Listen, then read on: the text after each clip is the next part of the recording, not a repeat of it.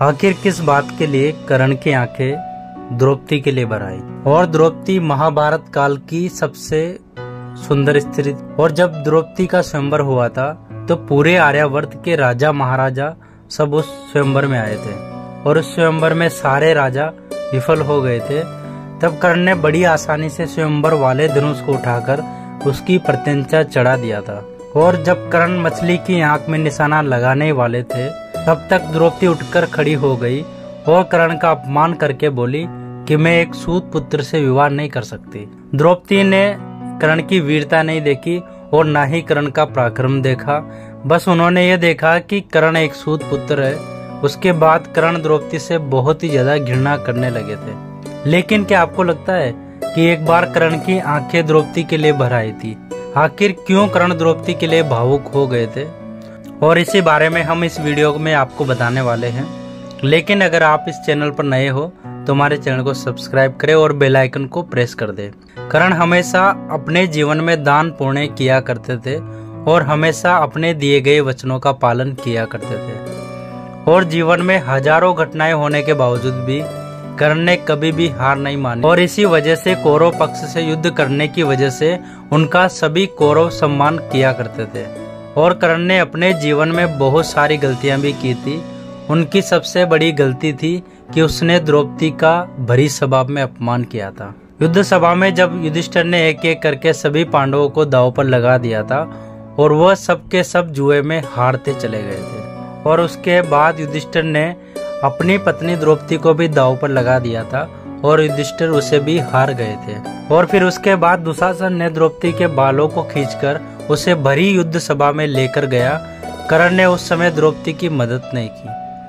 तब कर्ण ने दुशासन को रोकने की कोशिश नहीं बल्कि द्रौपदी का अपमान करते हुए कर्ण ने कहा कि देवताओं ने स्त्रियों के लिए सिर्फ एक पति का विधान किया है, लेकिन इसके तो 5 पति है, तो यह निश्चित ही कोई वेश्या है। द्रौपदी स्वयंवर में जब द्रौपदी ने कर्ण को सूत पुत्र कहकर उसका अपमान किया था और शायद इसी वजह से भरी सभा में कर्ण ने द्रौपदी का अपमान करके उसका बदला लिया था। तो फिर जिस द्रौपदी की वजह से कर्ण इतनी नफरत किया करते थे तो फिर उसके लिए क्यों कर्ण की आंखें आंसुओं से भर गई थी?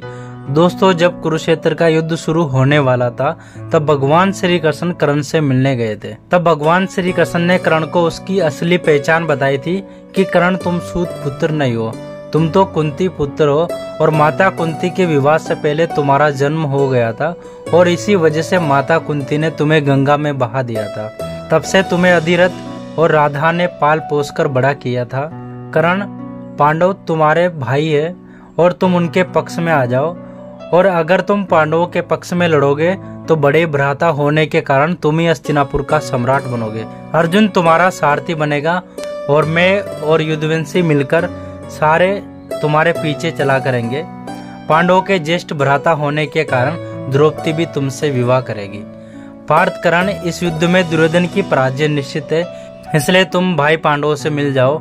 यह सुनकर भगवान श्री कृष्ण से कर्ण ने कहा, माता कुंती ने तो मुझे गंगा में बहा दिया था, लेकिन अधिरथ बाबा और माता राधा ने ही मुझे पाल पोस कर बड़ा किया और मेरी शादी भी एक सूत कन्या से हुई है। सूत पुत्र होने के कारण मुझे जिंदगी भर अपमानित होना पड़ा, तो आज मैं कैसे राधा पुत्र से कुंती पुत्र बन जाऊं? और जब मुझे सारी दुनिया ने दुत्कारा था तब केवल दुर्योधन ने मेरा साथ दिया था, तो आज मैं कैसे अपने मित्र के साथ विश्वघात कर लूं? और जब कर्ण ने भगवान श्री कृष्ण से कहा, मैंने बड़ी सभा में द्रौपदी और पांडवों के साथ जैसा बर्ताव किया था उसके लिए मैं आज भी पश्चाताप की अग्नि में जलता रहता हूँ और मेरे जीवन की सबसे बड़ी भूल थी। यह बात कहते कहते कर्ण की आंखें आंसुओं से भर आई। फिर कर्ण ने अपने आंसू पोंछते हुए भगवान श्री कृष्ण से कहा, मैं जानता हूँ माधव कि इस युद्ध में मेरी पराजय निश्चित है, लेकिन फिर भी मैं अपने धर्म के अनुसार युद्ध करूंगा। तो दोस्तों, उसी सूत पुत्र ने कुरुक्षेत्र के युद्ध में इतिहास रच दिया। तो दोस्तों, आज की वीडियो में आपको ये खास जानकारी कैसी लगी?